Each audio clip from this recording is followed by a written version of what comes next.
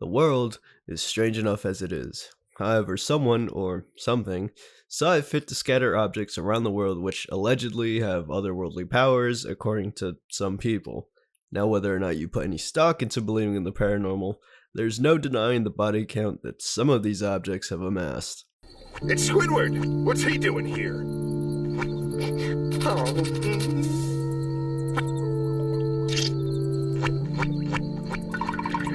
Here lies Squidward's hopes and dreams.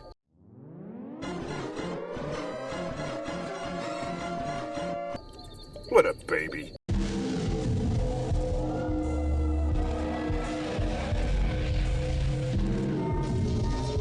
Starting off the list is probably the most well-known one, which is Annabelle. Alright, so for the Neanderthals living under a rock, the Annabelle doll is a Raggedy Ann doll which looks like this. And apparently, the story goes that it was a gift given to a woman named Donna by her mother for her birthday. However, they would soon find out that this doll was not any ordinary doll, but a haunted one. Things would start off subtly by the doll moving rooms and would sometimes be found at different spots around the house in all sorts of positions and would sometimes even be observed standing straight up. Later on, after some more soy-fueled hijinks, they finally decided to get a medium to figure out what was wrong with the doll. When the medium arrived and a seance was conducted, a spirit of a 6-year-old girl named Annabelle claimed to be inhabiting the doll. They decided to keep it for whatever reason, until more and more strange events kept occurring. In this case, the last straw was the guy that they had brought over getting scratched by the doll. This is when Ed and Lorraine Warren were contacted by Donna in order to investigate what was going on. Now, if you don't know who they are, they're pretty much just a pair of paranormal investigators, and well, after they had concluded their investigation, they informed Donna that the spirit inside the doll was in fact not that of a 6-year-old, but a demon that, if left unchecked, would probably have killed them all and possessed Donna herself within like a week, I think they said, which I don't know how they got that information. I guess the doll just, told them, hey, I'm gonna kill him in under a week, so, take me away. And I have a message for you. It's over for you. Understandably though, Donna gave up the doll, and the Warrens took it home and added it to their collection. However, on their way home from collecting the doll, they did lose control of their car for a bit and only regained it when they splashed holy water on Annabelle. When they arrived back home, they got a priest to bless the doll, but while at the house, the priest made a rude remark towards the doll, and he ended up crashing on his way back home.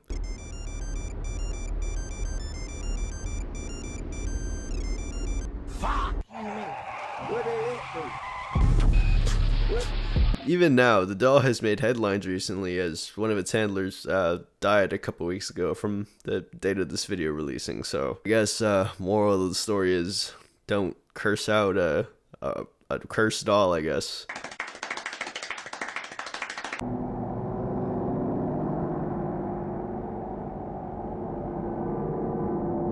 Now, just a word of caution, apparently even looking at the doll's eyes is enough to curse someone to a terrible fate.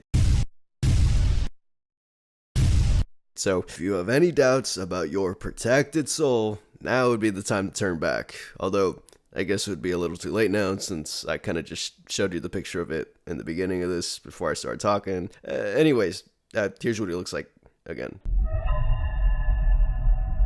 Oh, and just as a note, I do want to say this curse might be true, because after writing this up, I pretty much immediately got hit with a fever, and that's why my voice sounds all congested. So, if you're wondering why my voice sounds weird, that's exactly why.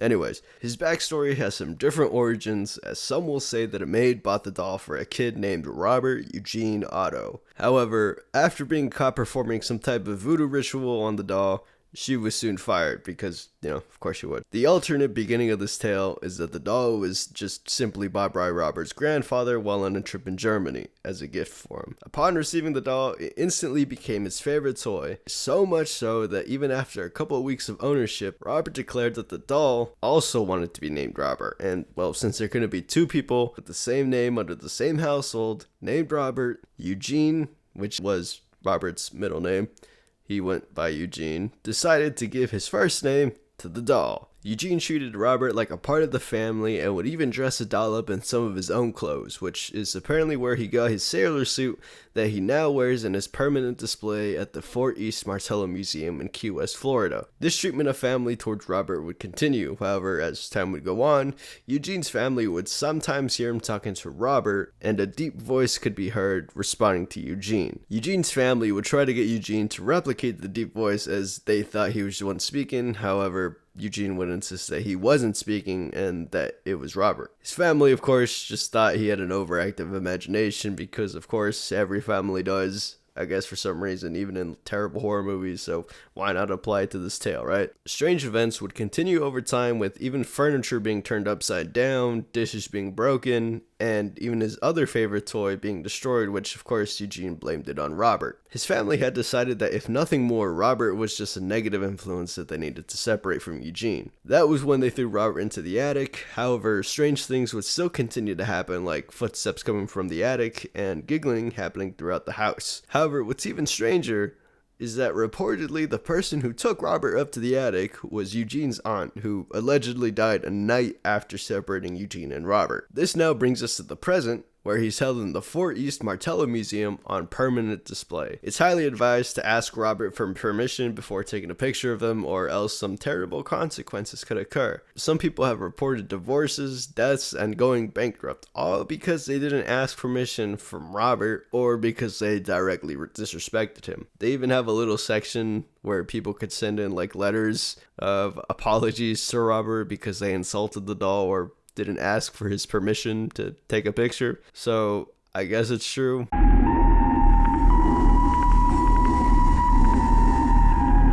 Art has always been something that has caused different emotions to come up within people. However, some paintings, much like the dolls on the rest of this list, appear to have some sort of paranormal power. One of the paintings that made this list is titled "The Hands Resist Them." The painting was made in the year 1972 by a man named Bill Stoneham. The painting depicts a kid who Bill says is based off a picture of himself when he was 5 years old, and a female doll standing alongside him with hands reaching out from the door behind them. It was displayed at an art gallery sometime in the early 70s, where an actor bought the painting after an art critic had reviewed it. So now you might be telling yourself, sure, it looks a bit unsettling, but what makes this painting cursed? Well, you remember the art gallery and the critic I literally just mentioned? The owner of the art gallery died within a year. The critic who had reviewed the painting died within a year. And the actor who bought the painting died within a couple years. Anyways, after a few unaccounted years of ownership after the actor had died, an elderly California couple said they bought it off of someone who had found it in the back of an old brewery. The couple would also claim that the painting had some sort of supernatural abilities, as everything they said was also written in their eBay listing, because yes, this painting that had claimed 3 lives previously up until this point was listed on eBay and auctioned. They would also go into detail about how this painting has had some supernatural properties to it, as they would go on to describe how the children inside the painting would be seen fighting with each other and would sometimes even disappear completely from the painting. They even bought motion detecting cameras after their 4-year-old daughter said that they had come out of the painting and into her room. This is when they finally decided to put the painting up to auction at a starting price of $199, because what's the point of owning a haunted painting if you can't make a little cash from it? In the same listing, they would also go on to ask bidders or viewers to let them know if they were aware of anybody that was able to bless their house after the painting had been sold. 10 days after the bid went live, there was a total of 30 bids, and the painting ended up selling for a grand total of $1,025 to an art gallery owner that goes by the name Kim Smith. To date, the painting is only shown on certain occasions, and nothing terrible has happened to him as he's still alive and well. Despite the supposed curse surrounding this painting, it has garnered a lot of admirers, and after finding out about how much popularity his work had gained, Bill would go on to make sequels of these paintings, with time progressing in each one of them, and even a viewing of what was happening behind the door in the original painting. And the most recent one shows an abandoned view of the original painting, which is my personal favorite. All in all, I would say this curse isn't really true, because nothing has happened to the guy who recently bought it. He seems to be doing fine. If anything, it's just caused him to make more money. So I'd probably rate this curse a 0 out of 10.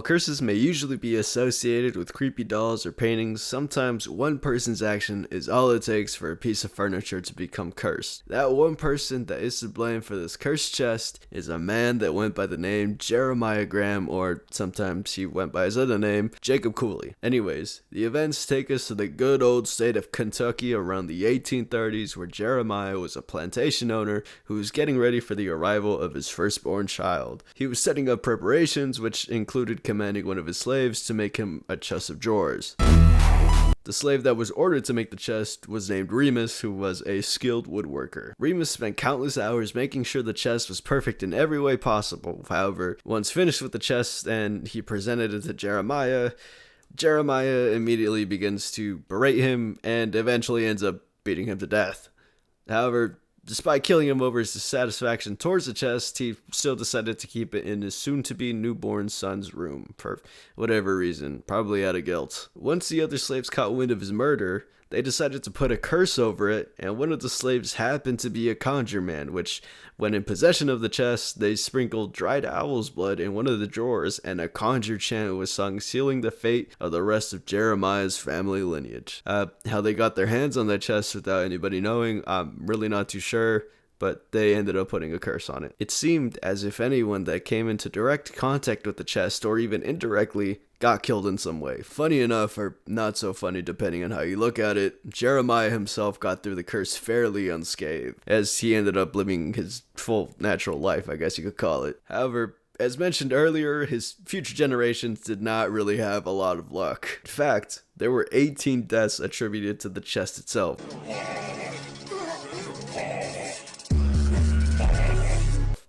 Some of these include Jeremiah's nephew, whose clothes were once put inside the chest, was stabbed to death on his 21st birthday. A woman who decided to rearrange her room, decided to put it in her room, ended up taking her own life soon after.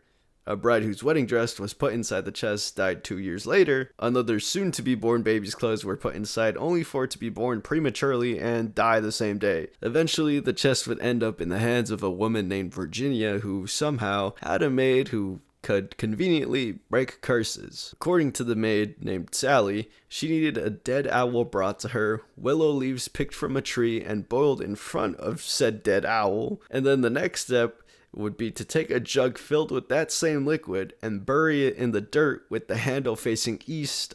East? I thought you said west. Under a flowering brush. Sally would say that if the ritual had actually worked and the curse was broken, one of them would eventually die soon. So, of course, the person that would end up dying would be the maid Sally. Even now, in its permanent residence at the Kentucky Historical Society, it still has owl feathers in the top drawer as a precaution to keep the curse away. So I guess you don't really have to worry about this one, as they kinda already broke the curse, so visit it to your heart's content.